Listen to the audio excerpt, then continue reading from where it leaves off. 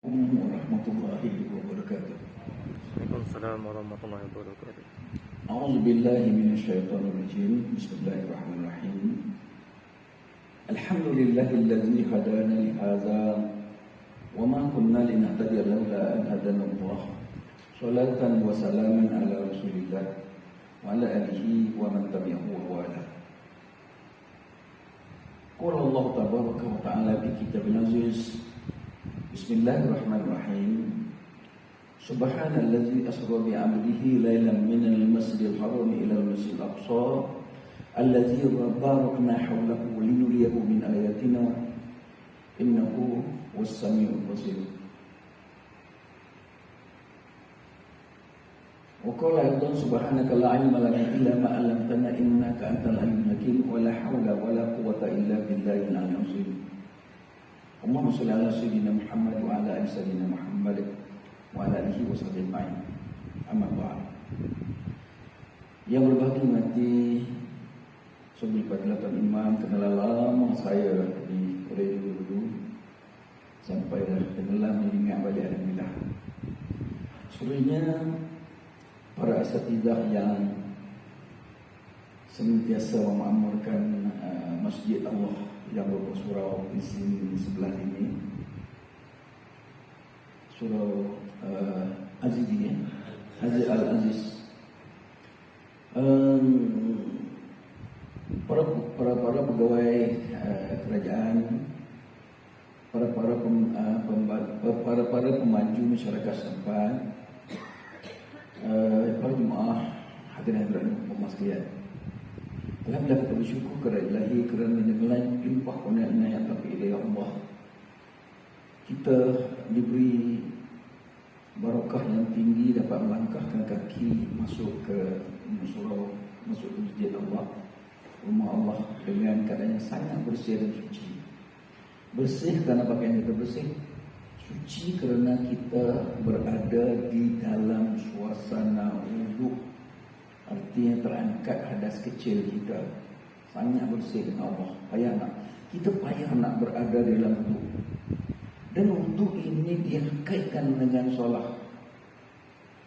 Dikaitkan dengan solat. Walaupun wuduk ni dalam tawaf ada dalam apa, tapi tawaf pun duduk dekat Baitullah juga.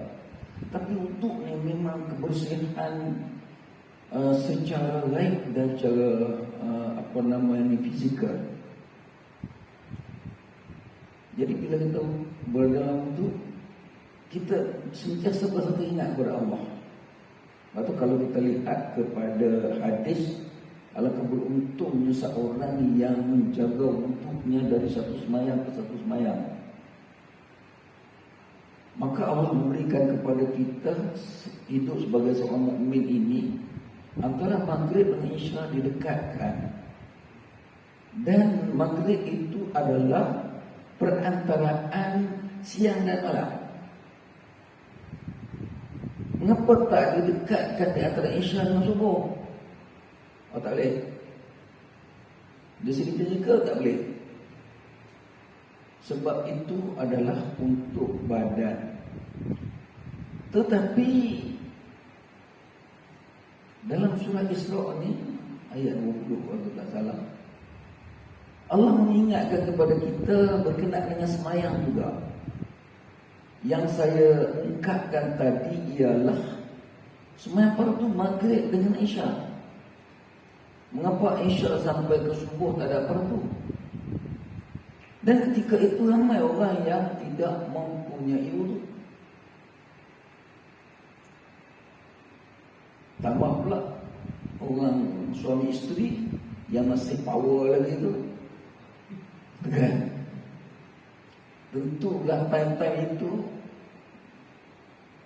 larangan dalam Al-Quran ada 3 waktu yang anak-anak dan juga orang lain tak boleh ganggu mak ayah dan suami isteri ni. Bukan? Lepas asar, lepas isya ada sebut dalam Al-Quran. Surah apa ke saya tak ingat. Dia ada 3 waktu tak boleh ganggu. Sampai begitu. Tak apalah, kita jangan, sebab kita tak boleh masa panjang untuk COVID ni kan, lama nak kena pendek. Tapi saya nak mencari satu falsafah Isra Mi'raj ni. Kerana daripada Isra ini timbulnya semayang. Saya ada sebut tadi, hasil daripada surah Isra ni ada satu ayat yang berbunyi Bismillahirrahmanirrahim. Aqimus solata liduluki syamsi ila ghasaqil lail wa qur'anal fajr.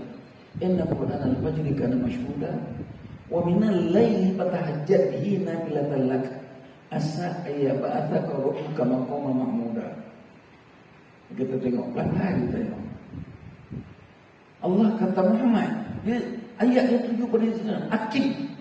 Kalau akim solat, semua orang macam kita kena semayang. Itu ayat lain. Tapi dalam bab Isra ini, Allah turun direct pada Nabi je. Akim solata liduluki syamsi ila ghasaqil lail. Muhammad, akim. Kamu seorang fi'il amal. Akim, dirikan.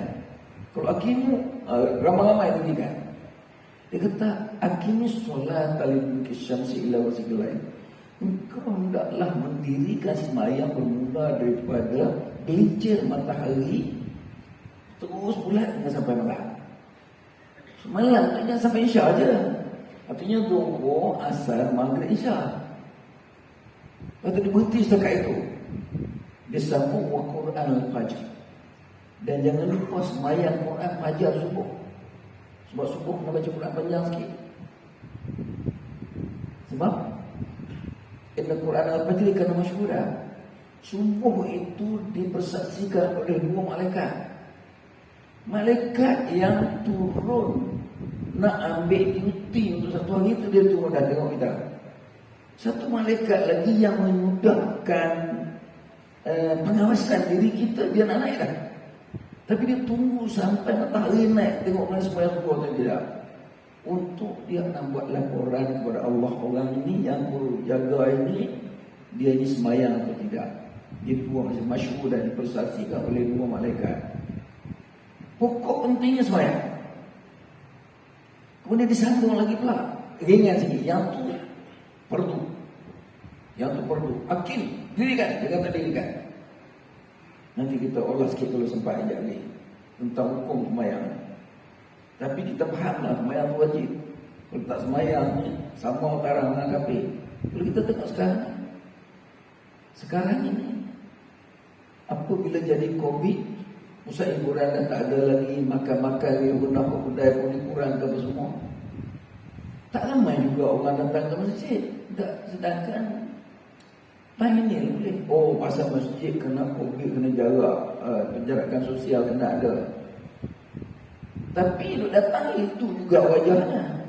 Saya nak timbulkan benda ini bahawa orang yang minat dengar ceramah surat merah, dengar tazkirah, orang yang minat datang sembahyang, inilah yang terisi dalam surat merah. Yang lain tu menjerit lah, ya Rasulullah. Muazzin tadi, ya Rasulullah, ya Rasulullah. Apa tadi? Ya Rasulullah, dia kata pergi jualah. Ya Rasulullah, aku lapalah. Semua lah juga bunyi. Dia tak boleh. Kan? Kita tarik satu badan. Hak ringan sikit dia kata, wa minal laili fatahajjat bihi nafilatan lak asa ayyab'atsaka rabbuka maqaman mahmuda.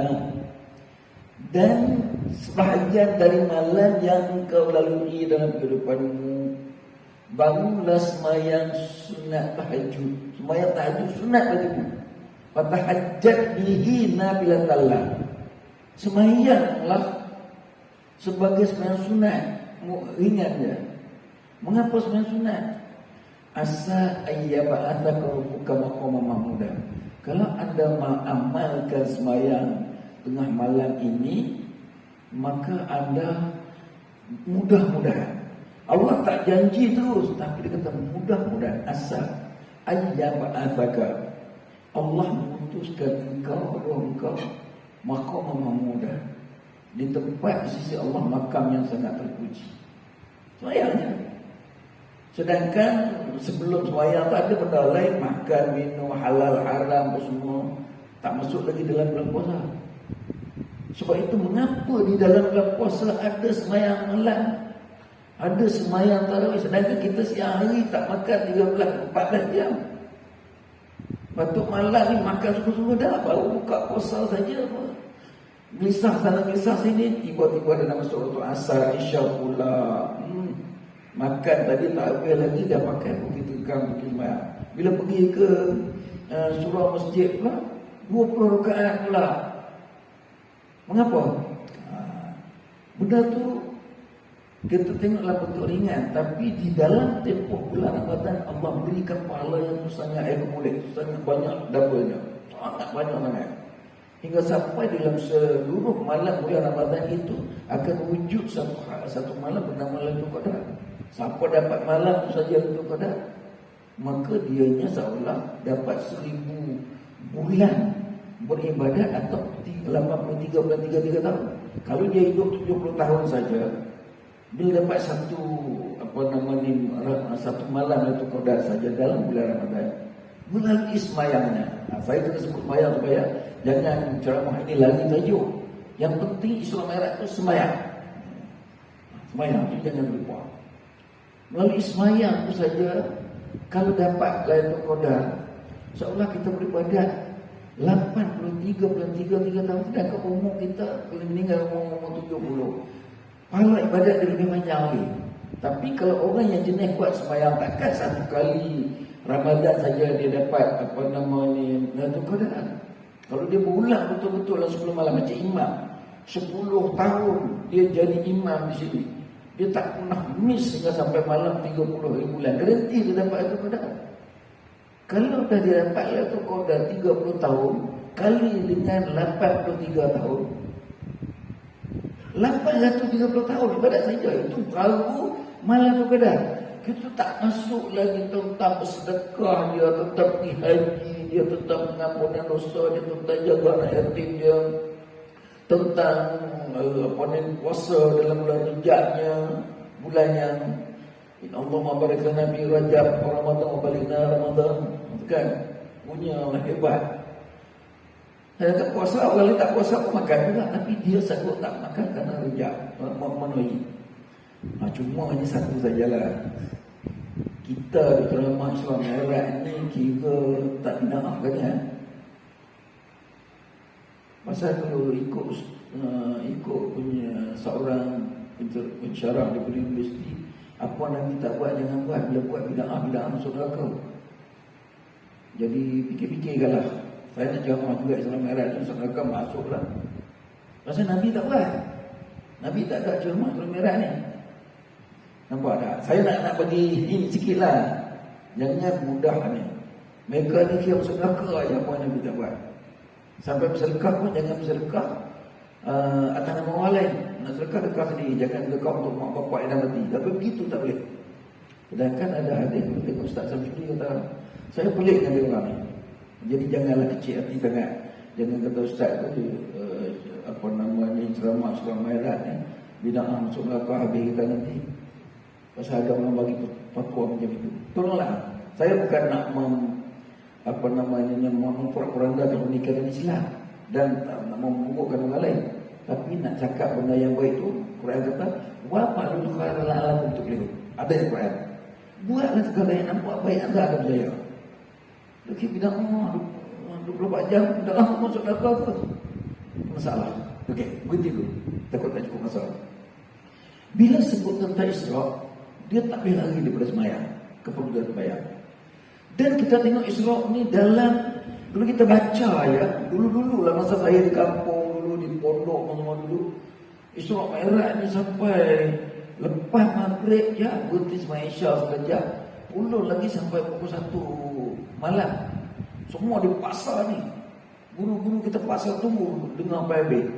Bila bercerita dia bawa buku ni, buku macam ni, cerita Nabi sampai sini jadi ini sampai sini. Ya Allah, kita pun tak ingat dah. Tapi dia cerita ni jadi seronok lah. Panjangnya. Jadi apa yang saya nak bahas sini dalam masa singkat ini, Isra Mi'raj dalam Al-Quran ada 2 surah. Kalau kita baca surah pertama Isra saja, satu surah ayat kena aja. Surah Isra, Bismillahirrahmanirrahim. Subhanallazi asra bi 'abdihi lailan minal masjidil haram ila al-masjidil aqsa alladzi baraknahu linuriyahu min ayatina innahu huwas samiul basir. Maha suci Allah yang memperjalankan hamba-Nya dengan maha suci Allah. Pertama mentasbihkan Allah dulu, mentakdiskan Allah dulu dengan tasbih. Sebab Allah Maha Suci. Dia memperjalankan, bukan Nabi Muhammad pergi sendiri, dia diperjalankan, memperjalankan hamba-Nya. Dan disebut di dalam ayat ni Nabi Muhammad tu hamba. Kita ni agak hamba tak? Agak-agak diri kita ni hamba tak? Hamba kan? Ingat, kita yang dalam surga orang ni boleh menganggap diri hamba.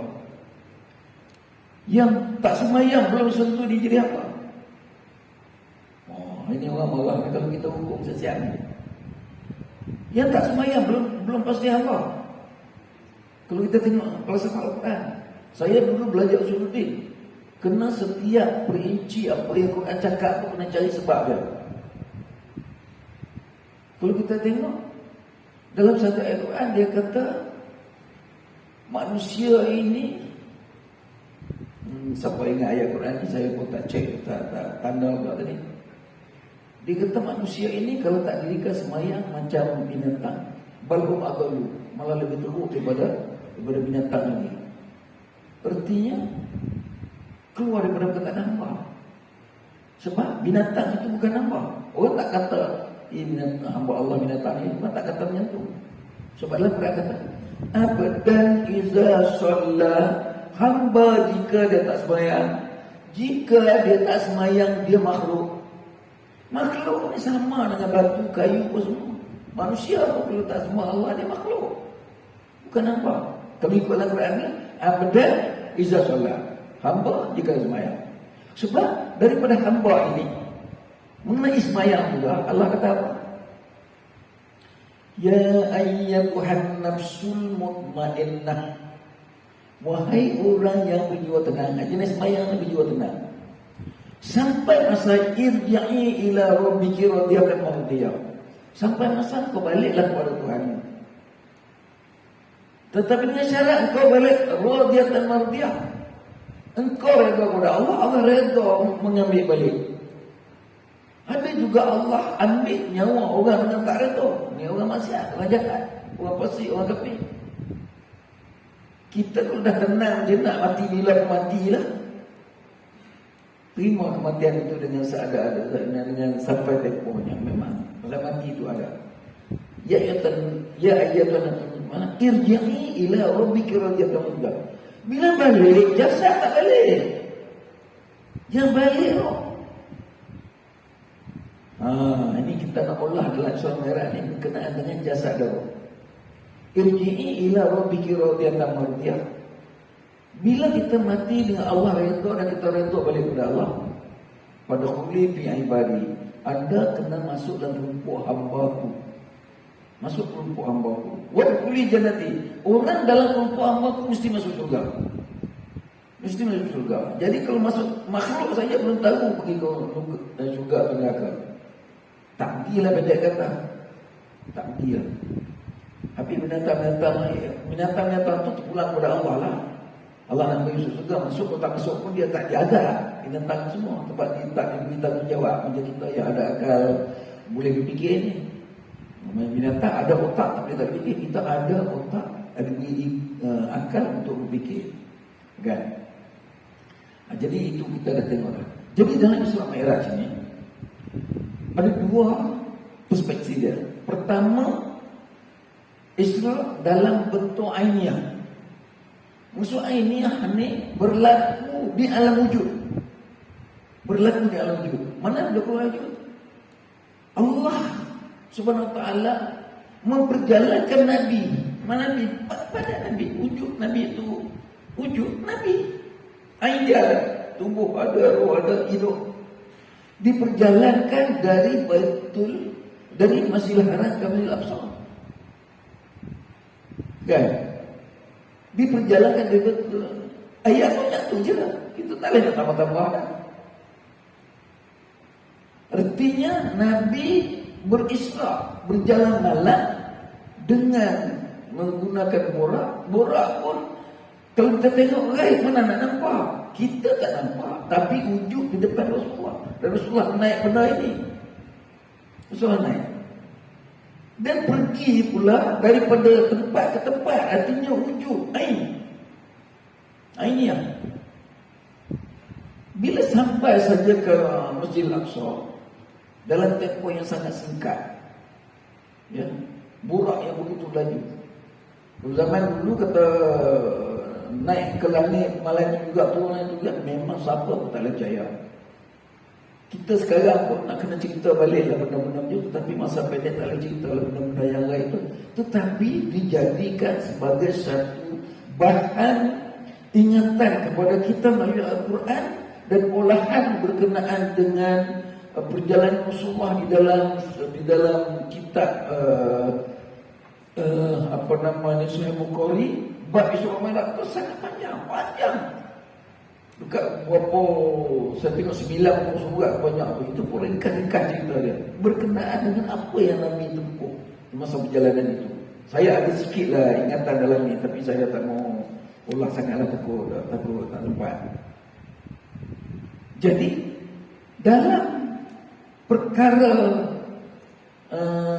Zuhair ini, Allah turun dalam surah Isra Nabi Muhammad dengan pribadinya, dengan roh dan terus ceritalah dia pergi dengan roh dengan badan sah. Tetapi Nabi itu sendiri ada jasad.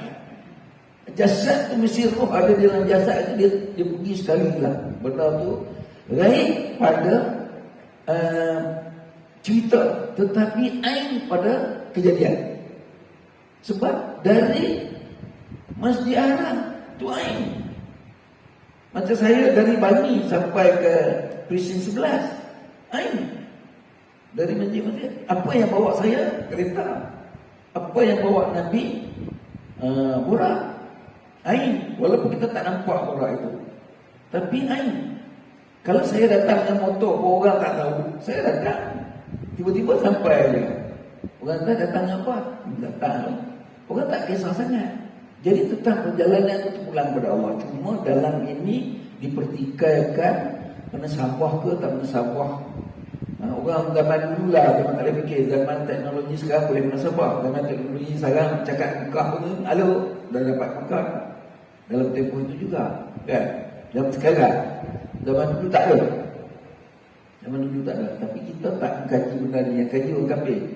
Orang kafir yang buat benda-benda macam ni. Tak apalah. Sebab orang kafir lebih mendalami Al-Quran daripada kita. Okey. Ada satu ayat lain.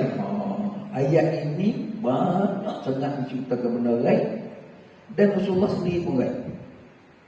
Yang ini Mi'raj. Mi'raj duduklah ayat lain.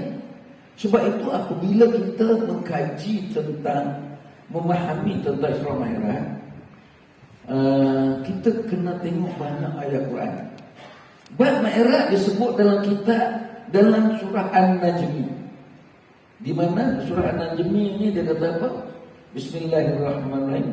Wan najmi idza hawa. Ayat ni saya nak baca terjemah sikit ya. Mengapa saya nak kena baca terjemah ni? Disebabkan oleh disebabkan oleh kenyataan bahawa dia banyak merupakan benda yang gaib yang kita tak tahu. Benda yang gaib yang kita tak tahu, tetapi Nabi cerita kepada kita dengan berpandukan kepada surah ini. Surah ini bunyi Bismillahirrahmanirrahim. Wan najmi iza hawa. Demi bintang ketika terbenam. Artinya dianggapkan Rasulullah itu berisra ialah ketika matahari terbenam, malam. Tapi hal ini dicerita masa Isra tu. Di dalam tu bahawa ada cerita Mi'raj. Ma dalla sahibukum wa ma ghawa. Kawan Muhammad tidak sesat dan tidak pula menyimpang. Itu diberitahu kepada orang kafir lah. Bagi tahu kepada orang semualah, masuk orang kafir. Wa ma yantiqu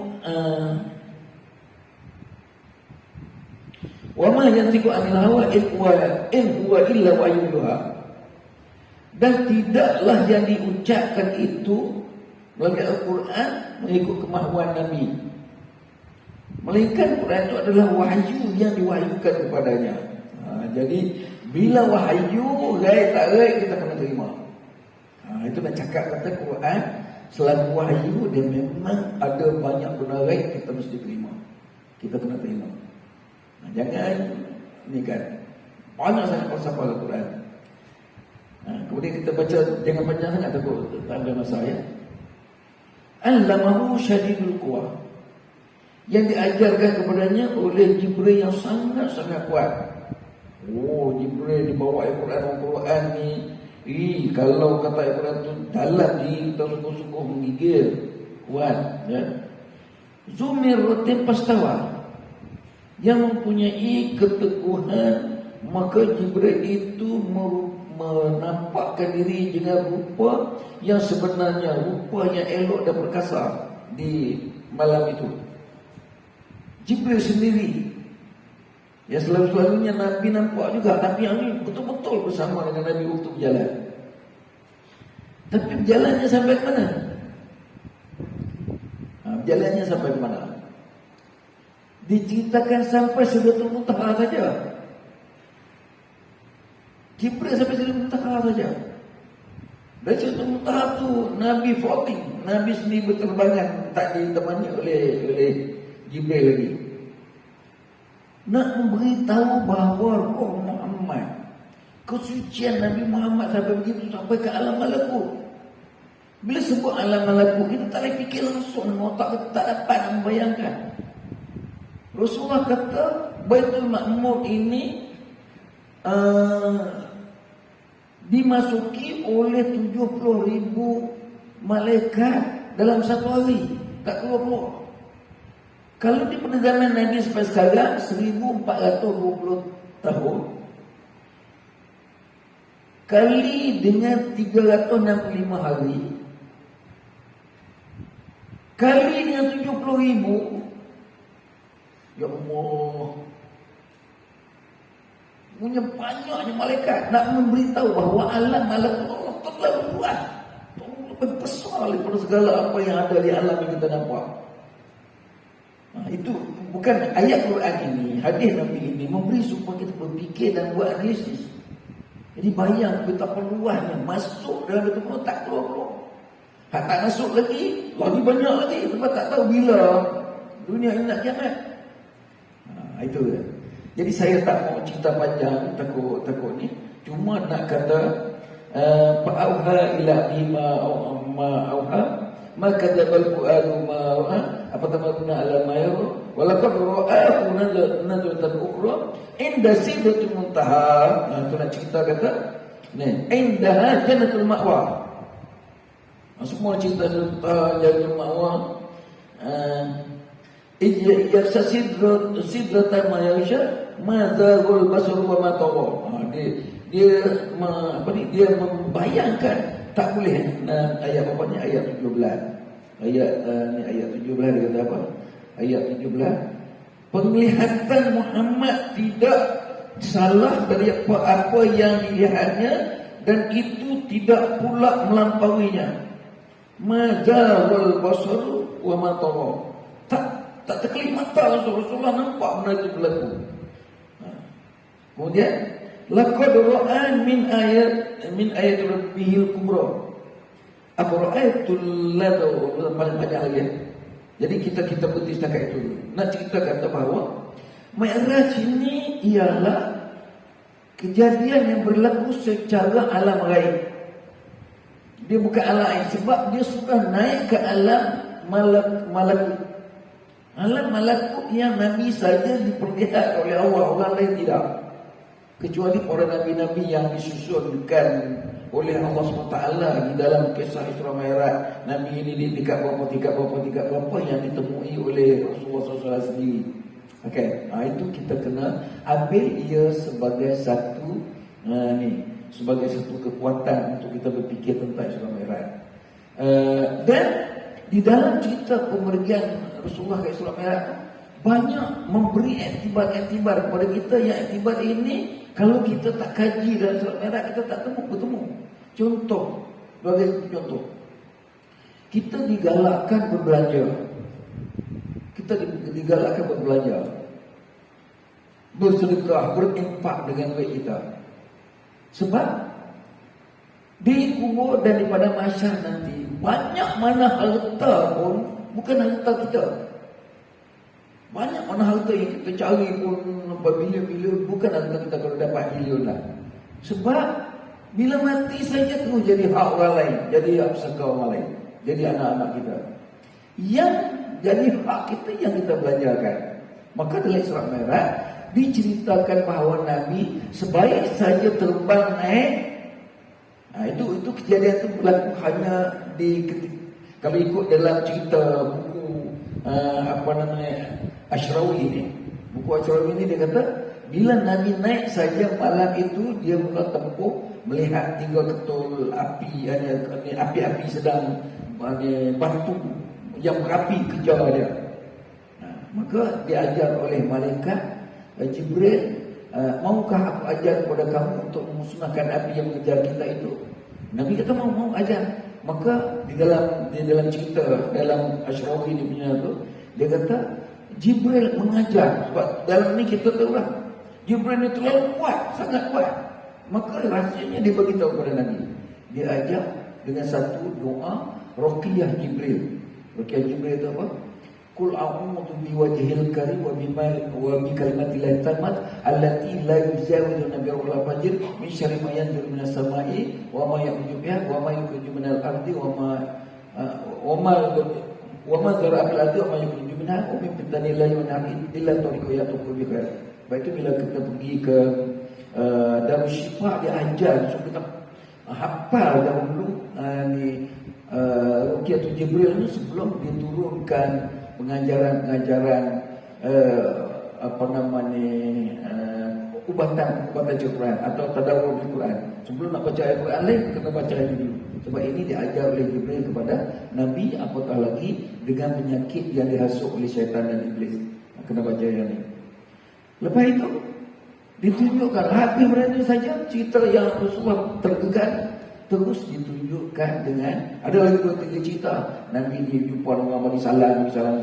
Habis cerita-cerita itu semua, bagi salam, ada yang gami dia suruh berhenti dan sebagainya. Kita ringkaskan cerita. Akhirnya Rasulullah dipertunjukkan dengan orang pemurah, iaitu segolongan petani mengetam gandum di tempat yang dia ketam di tengah masa. Bila dia buat gemah dia letak, baru saja nak balik, tiba-tiba jadi macam itu juga, ketam lagi, ketam tempat yang sama letak, jadi balik, jadi dia tak pernah pergi tempat lain. Sedangkan ladang tu sangat luas, boleh ambil mana-mana, tak bagi tahu saja tapi jadi balik. Ya Jibril, apakah gerangan yang Tuhan tunjukkan ini? Ini memberitahu kepada umat Tuhan hamba yang sangat pemurah, memberi sedekah kepada orang, infak kepada orang lain. Wa yusiruna ala samalakan bil qasas. Mereka sanggup berjuang mencari, memberi bantuan kepada orang mereka berhajat benda yang sama juga. Al-Quran itu. Jadi Allah akan kepada mereka di pada masa nanti, itulah kehidupan yang sangat lumayan. Jadi mengenai harta, sebab manusia memang akan cari harta. Sebab dengan harta tu boleh menuju kesenangan dunia. Tapi rupanya harta itu juga boleh memberikan kepada ini. Benda itu dijelaskan dalam Islam Merah. Kemudian datanglah ayat-ayat Quran lain yang mengajak kita supaya banyak berderma, banyak infak. Banyak berderma, banyak infak. Dan keluarlah pula wajib kita membayar zakat.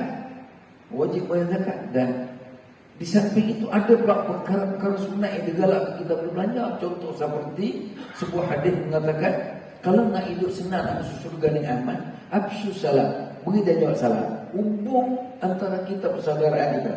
Hubung, jangan tak hubung. Ingat dia hubung. Absyu salam. Wa ita'am ta'am. Jangan lupa bagi orang makan. Tengok, bagi orang makan.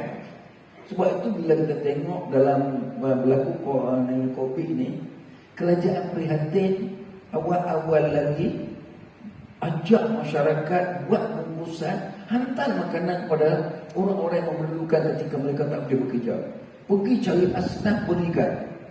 Bukan main lagi kalau kita tengok Jabatan Zakat, wilayah persekutuan Selangor, Kedah dan sebagainya. Masing-masing pergi mencari orang miskin. Barulah tahu ramainya orang miskin yang tak makan. ramainya. Nampak tak? Kalau kita tidak ada hubungan, kau hidup-hidup kan apa-apa lah, malah kerja tu jadinya tu. Tetapi Islam tak macam itu. Islam dia menggalakkan. Jadi keluarlah arahan-arahan dilakukan supaya kita banyak berbelanja. Hingga sampai Nabi kata, "Antik mafil jayati kama fil ghaib." Belanja dalam poketmu untuk orang lain, akan datang benda yang kau tak tahu dalam bentuk barakah. Sebab itu dia kata, "Absyus salam." Hubung kemesraan dengan sesama manusia dengan cara salam. Wa itama ta'am. Jangan lupa belanja bagi orang makan. Sediakan makanan bagi orang makan. Wa aqimus sholata bil laili wan nasu niyamun. Selain pada itu, tengah-tengah malam bangunlah sembahyang. Saya nak cerita, umur saya sekarang ni sudah 75 tahun. Tapi bila orang tanya, saya kata saya baru 57 tahun. Sudah 75 tahun, lahir tahun 76. 75 tahun. Masih lagi buat kereta sendiri, semua tak pakai mana, tak pakai pembelian. Tuhan bagi ini, syukurlah kan. Bulan nak buka banyak kali. Tuhan pun entah macam mana bagi saya bulan buka. Cuma 2 tahun ni tak pergilah. Daripada tahun 75 lu berangkat pergi. Saya ingat dalam 7 atau 8 kali tak pergi lah tempoh tu. Hingga sampailah ke tahun lepas 2019 baru tak pergi lagi dah. Tak boleh nak pergi kan, waktu bulan. Tak apa dia nak bagi. Tapi apa yang saya nak cerita, bila berangkat umur macam ini, Tuhan jentik kepada kita tau. Bila kita tidur pukul 11 malam, kadang-kadang saya pukul 12 malam, pukul 4 pagi nanti malaikat menjentik kepala kita. Dia suruh kencing. Memang terjadi. Bila masuk umur sekitar dalam 70-an lah, dalam 68 ke 69 tu, mula dah kencing malam. Saya pergi periksa doktor 3 bulan sekali dalam keadaan sihat macam ni. Cek tengok kok kencing manis ke apa, semua kata kencing manis selalu bangun kencing malam kan. Tak, semalam pergi periksa dekat doktor 3 bulan sekali, ambil kencing, ambil darah semua. Tengok 7.6. Dia kata ini dah teruk dah 7.6. Dia tak boleh naik 7.8 dah berat dah, kena kontrol. 7.6 pada doktor dah menggigil kan. Dia kata, tapi yalah saya ni di rumah ada tanam tebu, jadi saya mission tebu sendiri. Memang saya suka lah minum tebu. Oh dia terkurangkan jangan minum air kosong sajalah, kan? Tapi daripada dulu sebelum itu pun saya ni, mengapa Allah kejutkan, mengapa Jibril, malaikat dia kejutkan kita supaya kencing malam. Jadi bila ada kencing, bangun kencing, bukan kencing saja mari. Sebab bila kencing balik nak tidur balik 10 minit tak boleh tidur lagi. Itu amalan. Jadi kalau saya cerita ni saya malu juga, takut jadi unjuk ria apa nak tunjuk ke orang. Tapi sebagai seorang tua ni, biarlah kita kongsi pengalaman lah. Sebelum kita mati, dikongsilah pengalaman. Itu saja ya Allah. Jangan anggap aku sebagai orang yang ni, sebab aku pun bukan rajin sangat untuk nak buat ibadat ni. Bukan rajin sangat kan? Tapi mengapa dijemput macam itu? Jadi bila bangun dah kencing semua cukup, dah bersih elok-elok, walaupun langkat air tidak terurus, pakai baju elok-elok semua, pakai kain, ambil wudu, sembahyang 2 rakaat. Lepas tidur 2 rakaat je. Bukanlah terus sembahyang sunat taubat, sunat tak ada. Walaupun dosa banyak tak kena apa. Tajuk dia. Sebab ingat wa minal laili fatahajjat bihi nafilatan. Kita pun ingat juga dosa-dosa. Banyak lagi pun dosa juga lagi kot. Tapi dah jadi biasa. Mengapa Allah pilih bagi kita umur panjang, dia bagi time itu kita ni? Masa umur 40 tu tak ada lah. Kalau tidur pukul 11, bangunlah pukul 6 pagi. Tak ada bangun dah.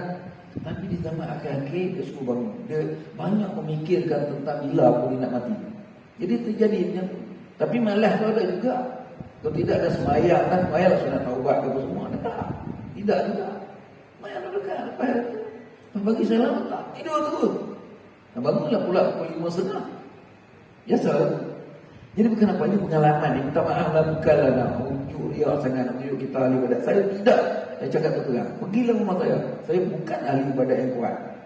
Tetapi yang tu Tuhan bagi tujuan untuk kita ni. Boleh. Setakat itu dulu. Bila kita sebut tentang sembahyang sempurna dengan apa nama ni, Isra Mi'raj ini, saya dah bagi tahu berkenaan dengan pemergian Rasulullah SAW yang begitu hebat. Ya, dia pergi begitu hebat. Tetapi dalam dua bentuk, iaitu bentuk fizikal yang nampak celah ain, dan satu lagi dalam bentuk spiritual, bentuk keimanan, bentuk benda yang gaib kita tak nampak. Itu kelebihan kepada Nabi.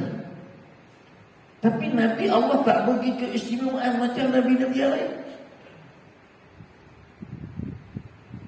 Kalau orang dengar terkejut pasal apa pula Nabi tak dapat keistimewaan. Dari segi penghidupan dunia, Nabi tidak mengumpul banyak harta. Cuma Nabi diberi keistimewaan untuk boleh kahwin banyak, itu saja. Itu pun ada sebab dia. Diberi peluang untuk kahwin banyak. Itu saja yang agaknya. Ada sebab-sebab yang amat tertentu dalam ini. Tapi di segi harta tak ada. Tak bagi. Tak bagi macam mana? Bukankah di dalam Quran ada disebut wa wajadaka ailan fa'arna, kami dapati kamu ini ailan, ail, miskin, fa'arna, macam maka kami kaya kan. Jadi Nabi itu kalau kita tengok dia, Quran kata dia kaya. Tapi bila Nabi nak mati, dia hanya ada 7 dirham saja dalam poket dia. Kaya macam mana? Tetapi ketika Rasulullah pergi menunaikan haji, dia menyembelih 63 ekor unta, setengah kata 100 ekor. Habis miskin macam mana? Jadi kita nak letakkan sangkaan jawapan kita bahawa Nabi itu dari segi hartanya tak jadi fokus pada dia. Tapi bila dapat, dia telah menggunakan sebaik-baiknya, bukan untuk diri dia. Sebab Nabi ini bila mati dia tidak harta. Maka sebab itu dalam hadis mengatakan bahawa Nabi itu, dalam hadis, tapi hadis ini kita nak cari siapa yang kata, ada Nabi berakuinya. Dia kata Nabi itu la yarisu wa la yurasu. Tapi tak tahu siapa kata la yarisu wa la yurasu. Nabi itu tidak mewarisi harta mak bapak dia meninggal dunia. Abdullah meninggal tak tinggal harta apa kecuali seorang hamba aja, iaitu Ummu Aiman. Itu saja. Lain tak ada apa. Apa pun tak ada. Kan? Nabi itu tak menerima harta daripada bukan. Dan bila dia mati, dia pun tidak memberi harta dibagi oleh anak-anak dia. Tak ada. Menunjuk kata dia lebih suka kepada ni.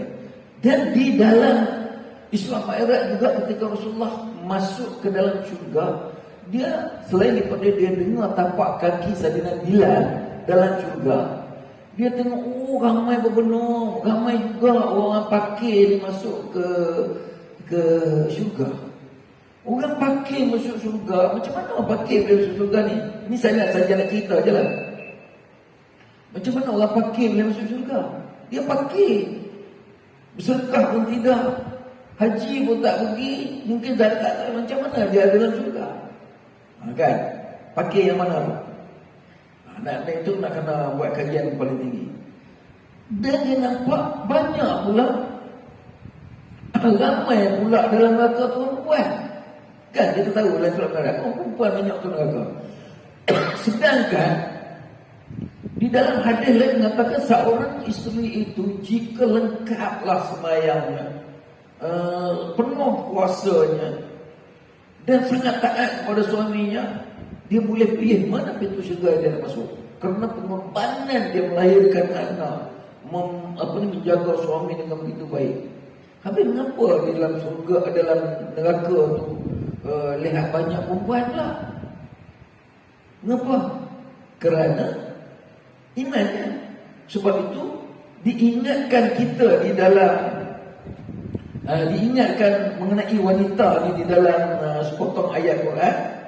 Dia kata zuyyina lin-nasi hubbus syahawati minan nisa'i wal banina wal qanatiril muqantarati minaz zahabi wal fiddah wal khaylil musawwamati wal an'ami wal hars. Kita ni akan masuk neraka dengan mudah jika kita melayankannya ni. Apa dia? Perhiasan syahwat yang kita sangat cinta kepadanya. Di antara syahwat itu ialah perempuan. Kita suka pada perempuan. Perempuan perempuan pula layan kita. Sama lah. Nanti dia masuk neraka, kita masuk neraka. Kan? Dia, sebab tu kita tengok perempuan ni, bila mereka memperagakan diri mereka di khalayak, ya Allah, kan? Islam menjaga wanita itu dengan sistem pakaiannya, sistem ketaatan kepada suami, sistem kekeluargaan Islam, sistem penjarakan dalam masa keluar pada rumah dah ada. Tapi sekarang orang tak ikut sebab orang kafir tak buat. Kita pun nak ikut je orang kafir. Maka ramailah para isteri kita ini memperagakan diri mereka bukan untuk suami, untuk orang lain. Untuk orang lain. Dia seronok nak menarik perhatian. Itu yang cara mereka masuk neraka. Bukan susah sangat. Okey. Jadi kita lihat ya, bila Rasulullah SAW diberi keistimewaan oleh Allah semacam itu, kita bandingkan dengan Rasul yang lain. Rasul yang lain Allah bagi keistimewaan hebat. Ada beberapa Rasul. Mari kita kaji semula, manakah seorang Rasul yang banyak menanggung derita dalam kehidupan dia, ya Allah kurniakan. Nabi mana agak-agak. Dan kan dia terpilih. Nabi Ayub kan. Nabi Ayub daripada orang yang paling kaya, paling apa, rosak hingga sampai kuku kering yang berpenyakit, ulat keluar daripada badan. Akhirnya Allah bagi balik penawar pada dia, hidup olehlah. Jadi itu bebanan yang diterima oleh Nabi Ayub. Nabi mana Allah paling bagi keistimewaan yang hebat sangat dari segi kehidupan? Nabi mana? Nabi Sulaiman. Nabi Sulaiman ya. Sangat hebat Nabi Sulaiman. Hingga sampai boleh panggil, boleh suruh jin bawa mari istana Balqis ke depan dia dengan dia. Ini ada ayat dia. Dalam surah An-Nam. An-Nam dia kata apa?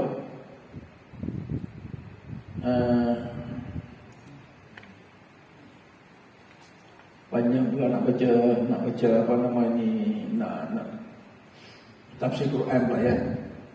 Tapi bukan apa, saya nak bagi keistimewaan yang diberi oleh Allah kepada Nabi Sulaiman. Dalam ni dia kata apa? Walaqad atayna Dauda wa Sulaimana ilma wa qala alhamdulillahilladzi faddalana ala katsirin min ibadil mu'minin. Dia sendiri mengaku bersyukur, wahai Allah, Engkau memberi lebih daripada kami, melebihi orang lain. Oh itu.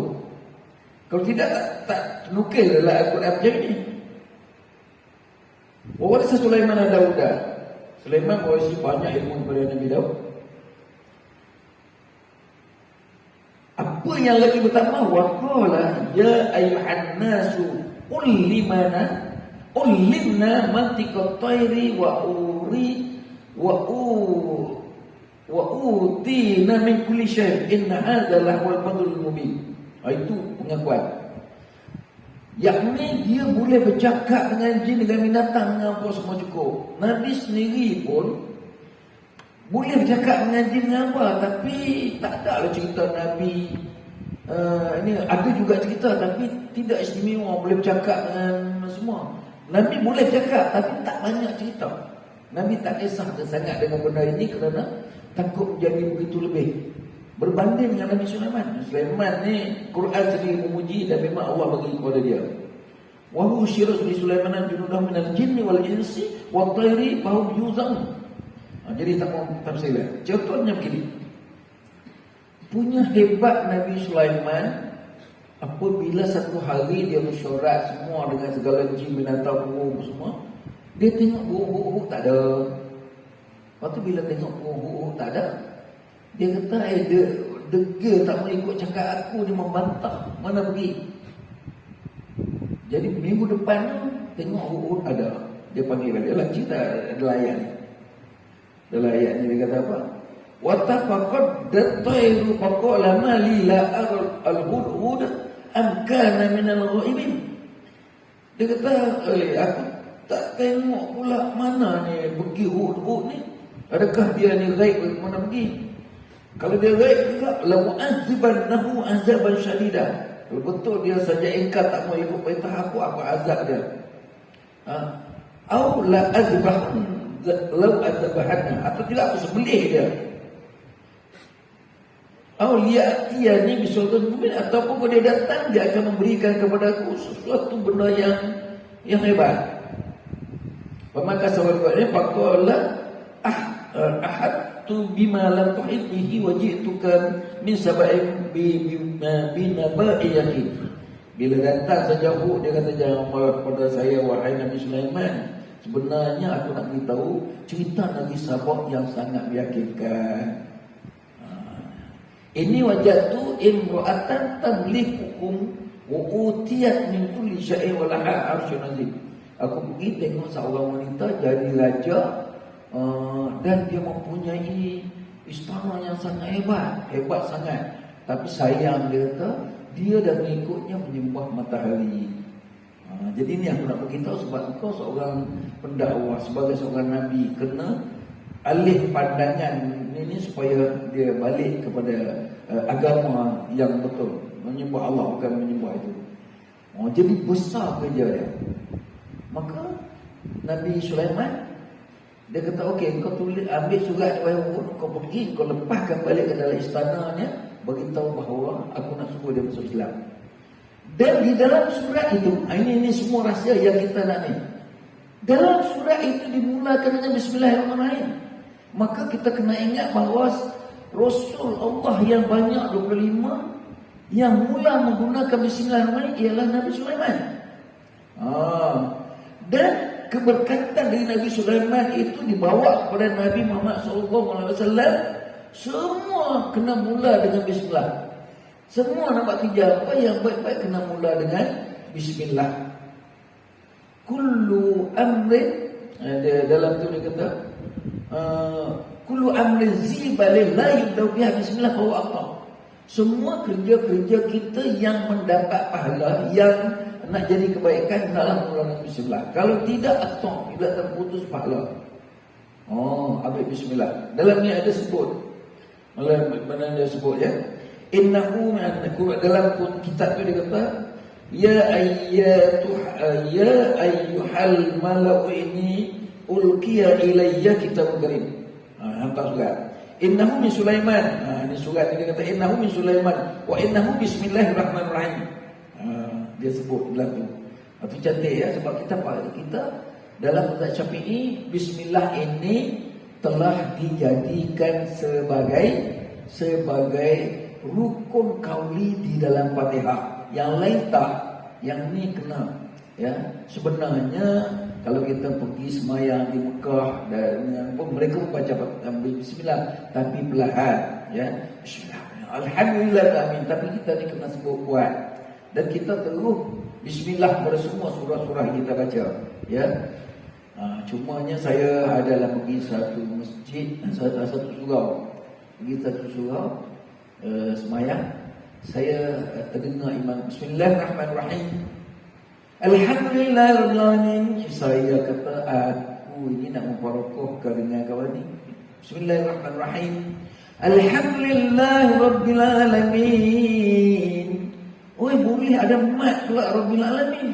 Bismillahirrahmanirrahim ni tak ada mat, tak ada pendek pula. Bismillahirrahmanirrahim. Itu silap.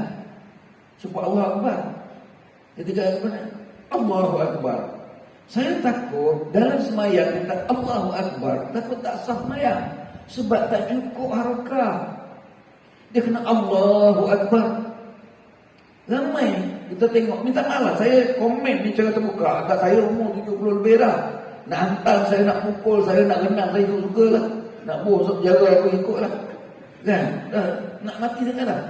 Tapi benda tu biarkan salah aja. Azan Allahu Akbar, Allahu Akbar, Allahu Akbar.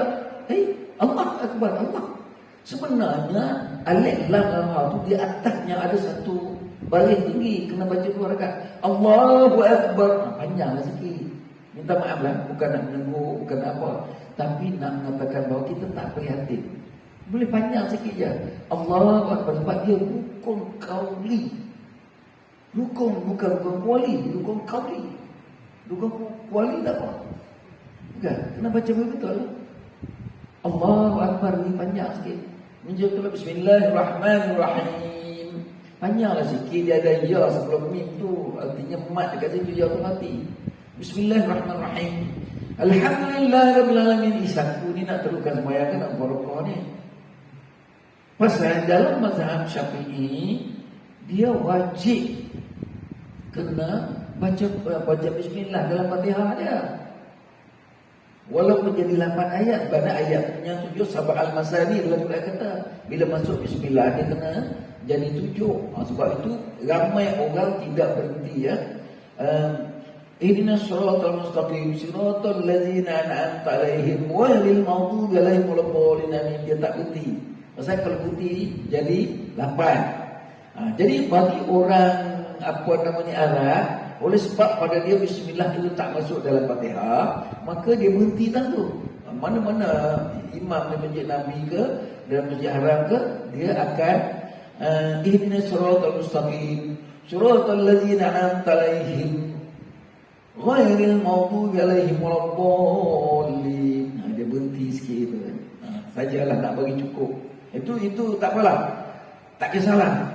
Jadi 7 ke jadi 8, yang penting kita dah lengkapkan Fatihah. Tapi cumanya itu sikit.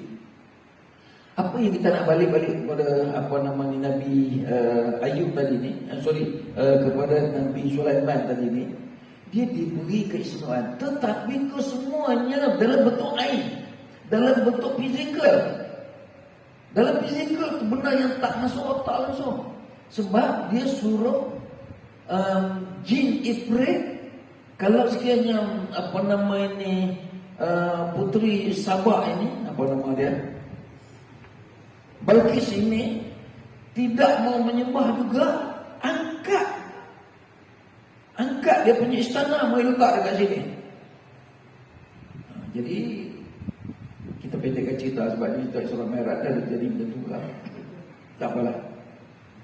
Akhirnya Jibril kata, sebelum orang tu bangun berduduk balik, aku akan bawa mari istana Balqis letak depan. Dan bangun lagi seorang tu saya tak tahu siapa. Bangun lagi seorang lagi, dia kata, aku lagi cepat, belum membuka kelopak mata, benar tu dah ada depan dah. Bagaimana Allah telah memberikan keistimewaan kepada Nabi Sulaiman yang langsung tak masuk akal, tak boleh fikir. Nak mengkabarkan kepada kita, kalau setakat Nabi naik ke langit tunggu balik, kalau kita tak percaya juga, teruk. Kenapa?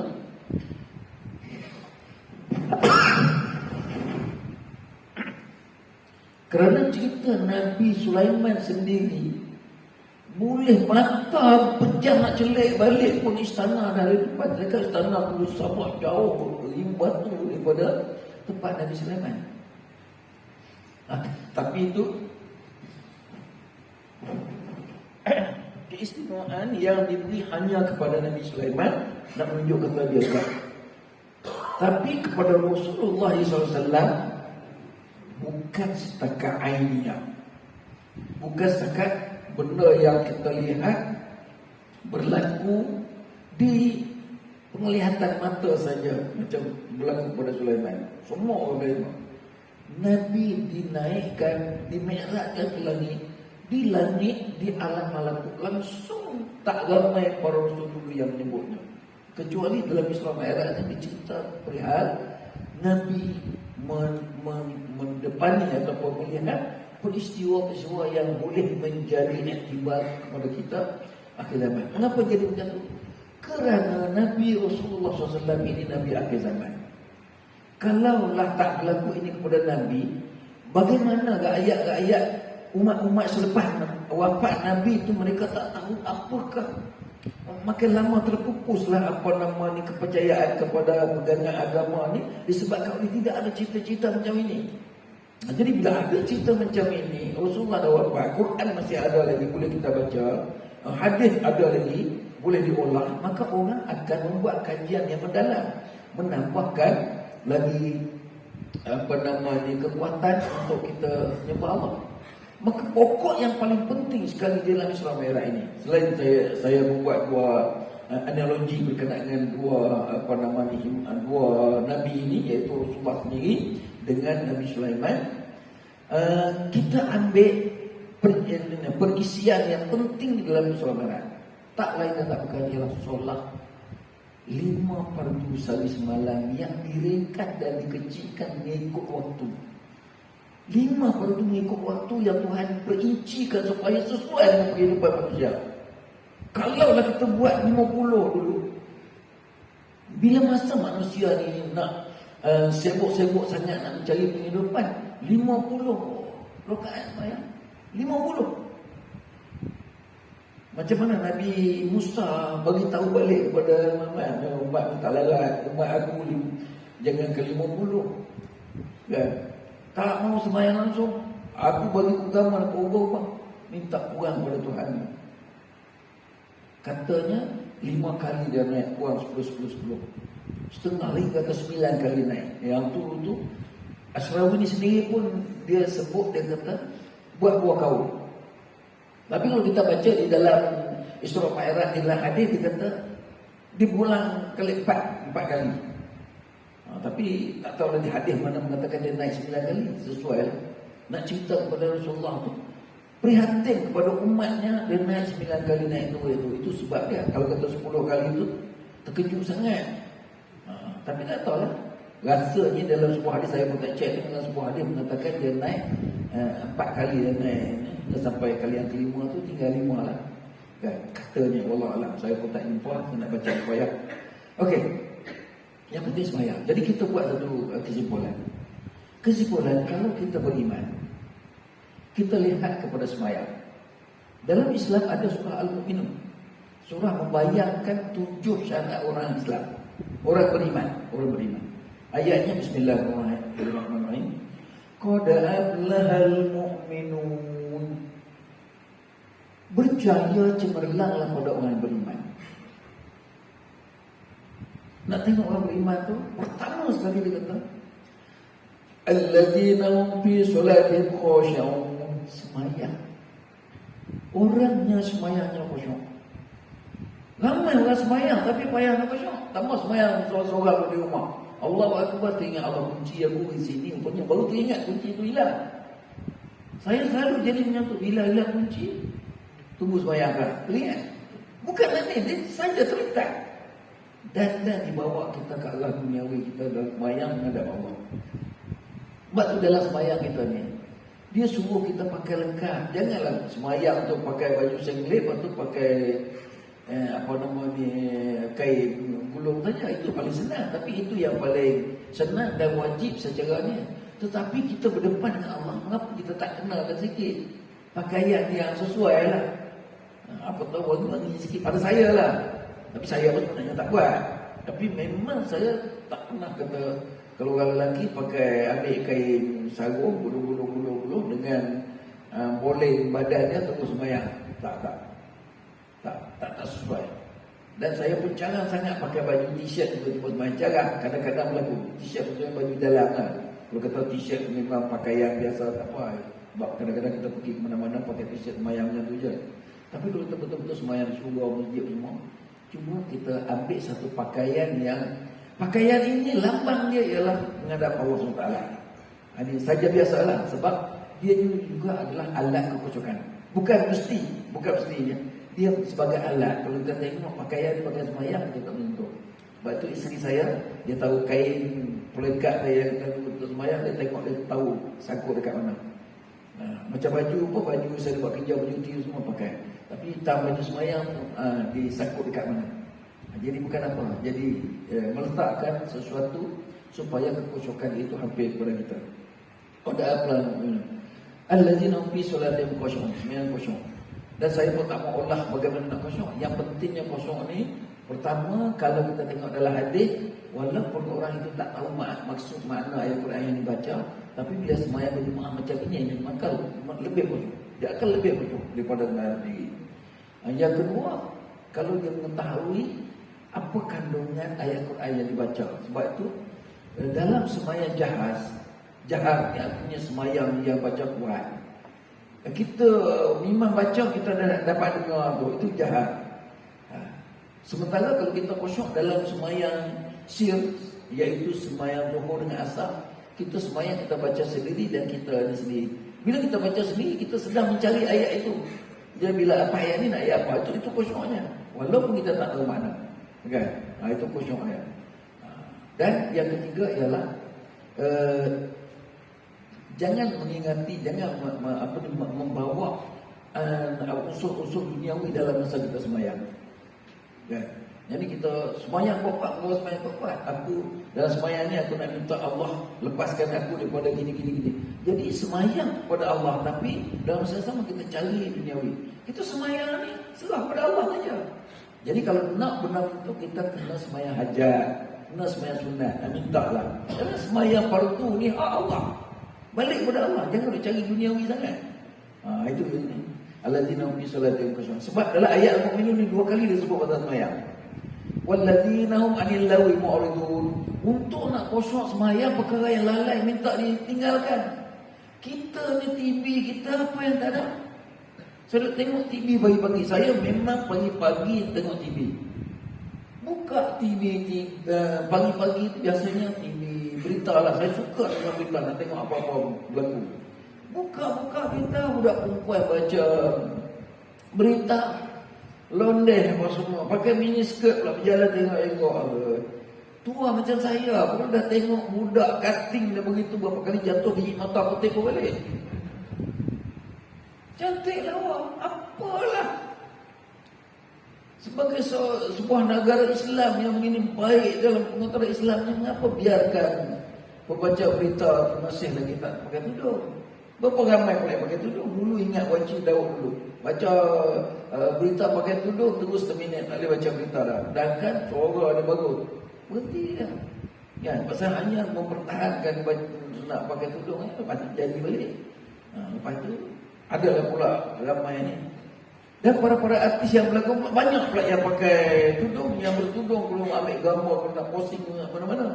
Kita dagang mereka ini banyak lara. Walladzina hum 'anil lagwi mu'ridun, mereka inilah. Tapi mereka memunculkan diri mereka dengan behavior cara Islam. Kalau kita tengok apa ni, Nelopa apa semua kan yang hebat-hebat semua dah pakai. Termasuklah saja pun pakai juga di telkok kan. Pasal nak tunjuk kata dia tu apa, pakai cara Islam Allah lah. Cari tak jumpa kalau ni kan. Okey.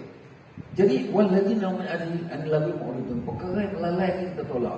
Jadi dalam dunia kita dalam 24 jam kita dengan gadget, handphone lah, dengan TV, dengan apa, peranan kita untuk nak mengerti Allah, nak mengaji kita lama, nak dengar orang ceramah, tak ada peluang langsung.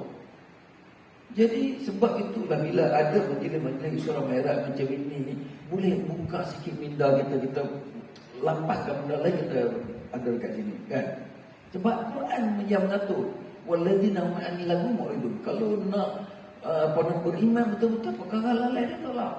Nak tolak, kita buat rancangan perkara yang lalai kan cukup banyak. Banyak sangat-sangat. Tambah dari segi sokan, ya Allah, habis kerja sana kerja sini bersokan, mana ada orang tutup aurat sokan-sokan semua, habis kan. Yang ketiga walladzina hum lizakati fa'ilun, bayar zakat.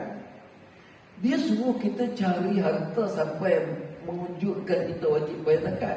Bukan dia suruh kita hidup macam apa yang saya kata tadi. Nabi hidup tidak mencari harta sangat, tapi Nabi sangat banyak bersedekah. Dia kata dalam kan Rasulullah SAW apa hadis tu kata Rasulullah SAW sangat pemurah, sangat banyak sangat berbelanja dalam bulan Ramadan. Ada dia tak ingat macam mana.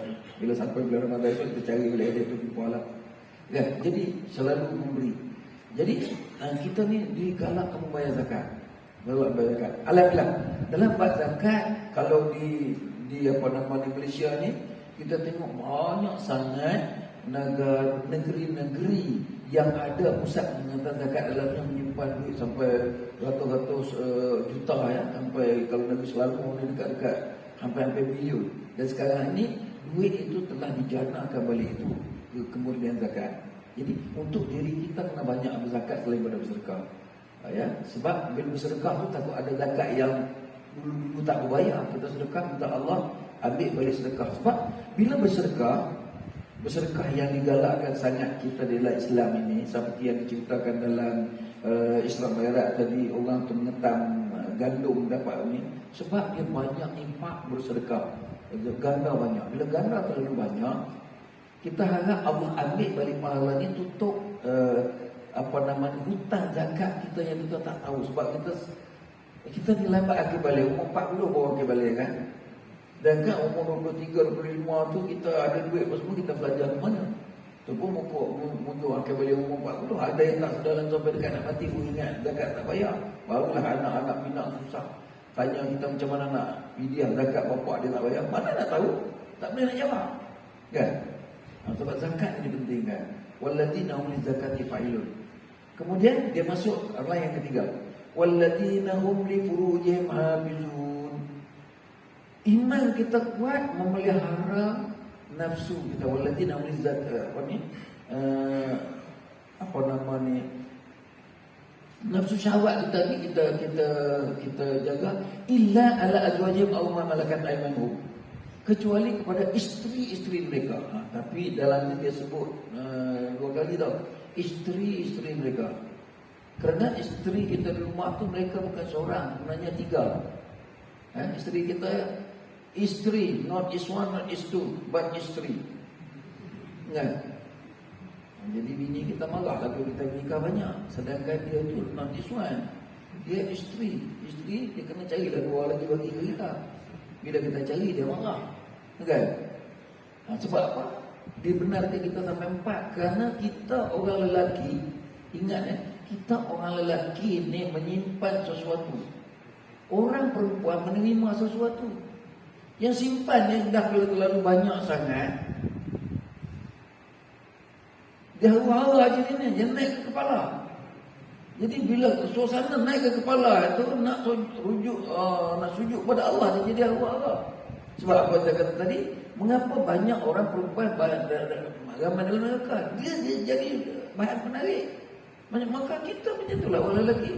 Kalau tengok perempuan yang terkedek-kedek depan kita bahan penarik ni, dalam ingatan kita walaupun kita tak dapat dia, tapi ingatan kita macam mana? Budak dia pun dapat kat apa ni? Kita jadi macam tu lah. Tua macam saya pun kadang tengok, lawa budak ni. Pasal apa pula nak teringat orang tua macam saya, dia teringat orang lawa? Sebab kita pernah melalui hidup-hidup macam itu. Jadi nafsu itu tetap ada kan. Itu kita ambil masuk dalam bab nombor 4. Walladzina hum li furujihim hafizun illa ala azwajihim aw ma malakat aymanuhum fa innahum ghairu malumin. Kalau buat kepada mereka, hamba sahaya kita masa dulu, zaman sebelum Nabi dulu boleh tidur semualah. Zaman Nabi dulu masih ada lagi sahaya perempuan yang boleh kita tiduri kalau isteri kita uzur. Boleh. Tapi ada masalah lah. Masalah kalau dapat anak tu jadi merdeka balik. Jadi merdeka, jadi anak tanya bapa balik, kenapa mak saya jadi hamba? Kenapa mak saya jadi hamba? Bapa merdeka, saya merdeka. Dia kata, apa-apa tolong merdekakan mak saya. Jadi automatik kena merdekakan lah. Cara Al-Quran, ilmu dia macam mana? Kan? Illa ala azwajihim aw ma malakat aymanuhum fa innahum ghairu malumin. Kalau untuk mereka ni kita lepaskan nafsu kita tidak tercela. Apa ni? Kalau buat lepas pada itu dia kata Pak Ulai itu muladun. Kalau buat bukan untuk orang ni, artinya pergi borak, pergi zina, pergi romel dengan orang lain, kita melampaui batas. Bila melampaui batas, kita tidak beriman. Sebab orang beriman ni dia tidak melanggar perintah Allah. Jadi dihubungkan berkenaan dengan keimanan ke situ. Sedangkan dalam ayat ini tak sebut langsung pasal puasa. Disebut pasal zakat je. Pasal puasa tak sebut pun. Kan? Pasal apa tak pun sebut bila iman kena kuat puasa? Dia tak sebut. Ada sebab dia ya. Dia kata wallazina hum li amanati mu'adim. Orang beriman mereka menyempurnakan amanah dan menunaikan janji. Bila kita memegang amanah orang, kena pelihara amanah betul-betul. Pelihara. Bila berjanji kena tunaikan janji, jangan berbohong. Ini paling banyak kita tak boleh buat. Paling banyak kita tak boleh buat. Tapi kalau kita semayat, insya-Allah kita akan memelihara amanah Nabi. Jadi berapa? Dah berapa dah tu? Semayat kosong. zakat bayar, perkara yang melalai kita tolak, jaga kawal nafsu. Yang nombor 5 nombor 6 satu ayat walladzina hum li amanatihim mu'adilun. Orang yang menjaga amanah, orang yang tunai janji. Jadi 6 lah. Dan akhir sekali walladzina hum fi solat walladzina ala salawatihim yuhafizun. Dan orang yang menjaga semayang di dalam waktunya. Orang yang semayang dalam waktu. Sebab semayang ini kita kaitkan dengan Isra Mi'raj. Bila Isra Mi'raj, Allah dah tentukan waktu semayang sekian.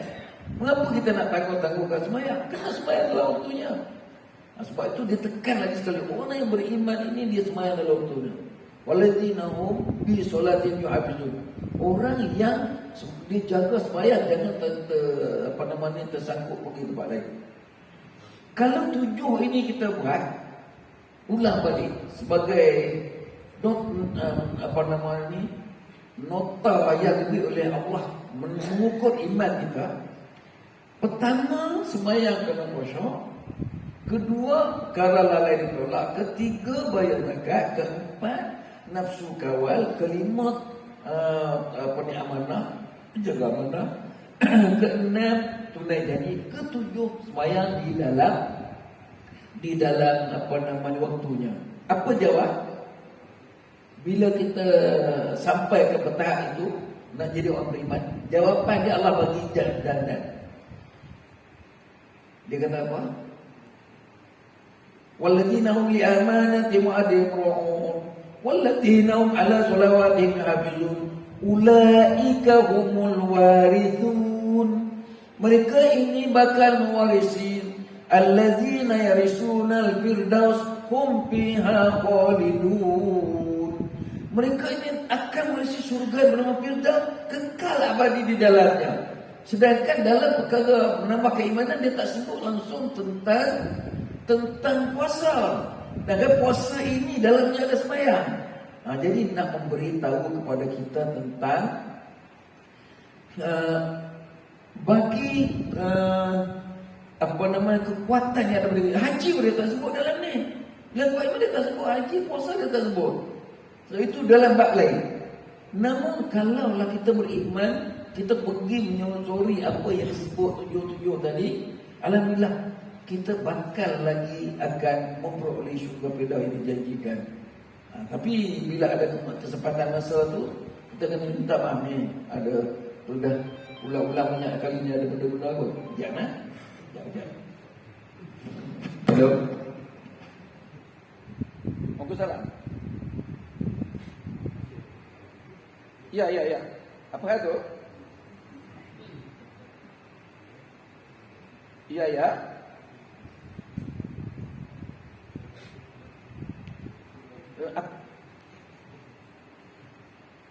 gini. Saya sedang berceramah. Nanti telefon balik dalam setengah jam lagi. Okey, terima kasih. Okey. Kalau tak telefon pun saya akan telefon balik. Terima kasih. Okey, jadi saya ingat dah banyaklah kita punya ulasan tentang Isra Mi'raj. Kita buat konklusi untuk akhirlah dalam tempoh seminit 2 ni. Yang ni apabila kita memahami struktur yang terjadinya Isra Mi'raj ni, kita kena tanam dalam sunabari kita bahawa ada benda-benda gaib yang kita kena jadikan sebagai fokus untuk kita mencari kebenaran. Sebab itu kalau kita buka saja ayat Quran surah Al-Baqarah ayat 2 ni, ayat 2 sampai ayat 7, dia ada menyebut tentang ni. Apa dia? Bismillahirrahmanirrahim. Alif Lam Mim. Zalikal kitabu la raiba fihi hudal lil muttaqin.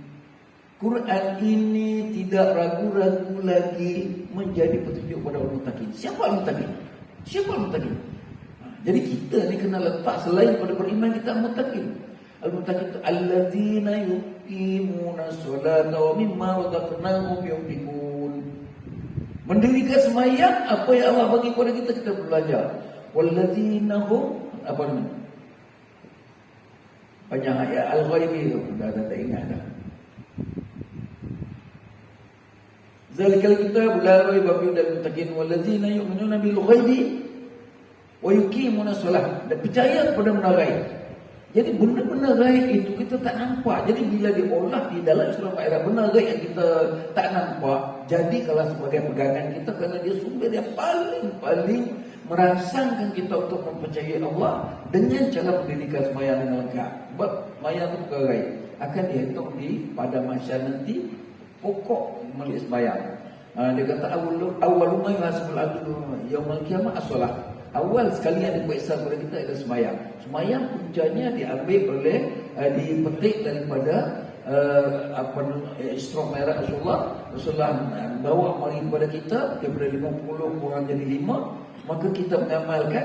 Jadilah sembahyang tu kita terus jadi beriman, dan sekarang dalam sembahyang tu kita akan khusyuk, maka kita akan jadi macam ni ya. Kita akan jadi orang yang meridai Allah. Radiyallahu anhum wa radu an zalika liman khasyiya rabbah. Kita redha kepada Allah bila Allah suruh, dan Allah redha kepada kita. Zalika liman khasyiya rabbah. Inilah orang yang takut kepada Tuhannya. Dan satu ayat lagi yang meletakkan keredaan kepada Allah ialah ayat terakhir. Ya ayyatuhan nafsul mutmainnah, wahai orang yang mempunyai jiwa yang sangat tenang, iaitu jiwa sembah Allah, jiwa sembahyang. Irji'i ila rabbiki radiyatan mardiyah. Sampai masa masuklah anda dalam kelompok hamba-Ku. Kita dah baca ayat tadi dah. Bila masuklah kelompok hamba Allah, dan jadi hamba Allah dicokkan dekat diri hamba Allah, pada kuli fi ibadi, masuk kelompok hamba-Ku, buat kuli janati, kau kena pergi masuk surga-Ku. Jadi itu sebagai konklusi kepada ceramah kita yang agak panjang pada malam ini. Semoga perkara yang kita bentangkan ini menjadi pemikiran kita yang mendalam. Patutnya kita berhenti pukul 9 tadi, hingga 9.30. Ada soalan apa-apa kah? Adakah soalan? Ya. Berkenaan dengan zakat tadi. Ya, ya. Ada orang bekerja, Ya. pada mula sampai pencen, sampai dapat pencen ni tak bayar zakat. Apa hukumnya? Dia tak pernah bayar zakat. Orang yang bekerja dari mula kerja sampai pencen dia tak bayar zakat, apa nak buat? Artinya dia letaklah sampai murtad. Tetapi kalau seorang yang beriman, dia kena pegang kepada 5 rukun, iaitu mengucap kalimah syahadah, yang kedua sembahyang. Itu semua benda boleh buat dengan mudah. Yang ketiga berpuasa. Berpuasa ada slot, ada exceptional ataupun ada pengecualian dia dalam keadaan tertentu. Kemudian membayar zakat. Membayar zakat ni bagi mereka yang patut bayar zakat. Kalau dia tak buat, artinya dia tak macam orang Islam. Bukan macam tak orang Islam, macam tak sembahyang. Kalau tak sembahyang macam tak Islam. Tapi zakat ni dia kaitkan dengan pendapatan. Cari dapat, kena bayar lah orang lain. Kalau dia tak bayar, artinya dia tidak melaksanakan hak Allah. Dan yang satu lagi, menunaikan haji. Itu lagi berat dia punya syarat dia. Mesti, kalau kita sekarang mesti ada duit, mesti jembatan haji, mesti ada kota, mesti ada apa semua. Jadi panjang. Ramai orang tak berhaji, tapi tak dianggap sebagai tidak beriman. Sebab itu tak disebut dalam syarat beriman tadi. Tapi kalau tak bayar zakat, memang tak boleh jadi orang beriman yang hebat lah. Sebab dalam ayat tadi kita sebut, qad aflaha allazina hum fi sholatihim khushu'un wallazina hum 'anil lagwi mu'ridun wallazina hum lizakati fa'ilun. Kalau tak bayar zakat, artinya tak beriman. Jadi orang itu hidup sebagai seorang tapi tidak beriman. Itu saja hukum dia. Tapi kita tak boleh jadi katakan dia kafir. Orang tak sembahyang pun tak boleh kita kafirkan dia lagi. Pasal apabila sembahyang dah mengucap syahadat, dia Islam balik. Jadi takkan hari ni Islam masuk kafir, hari ni Islam masuk kafir.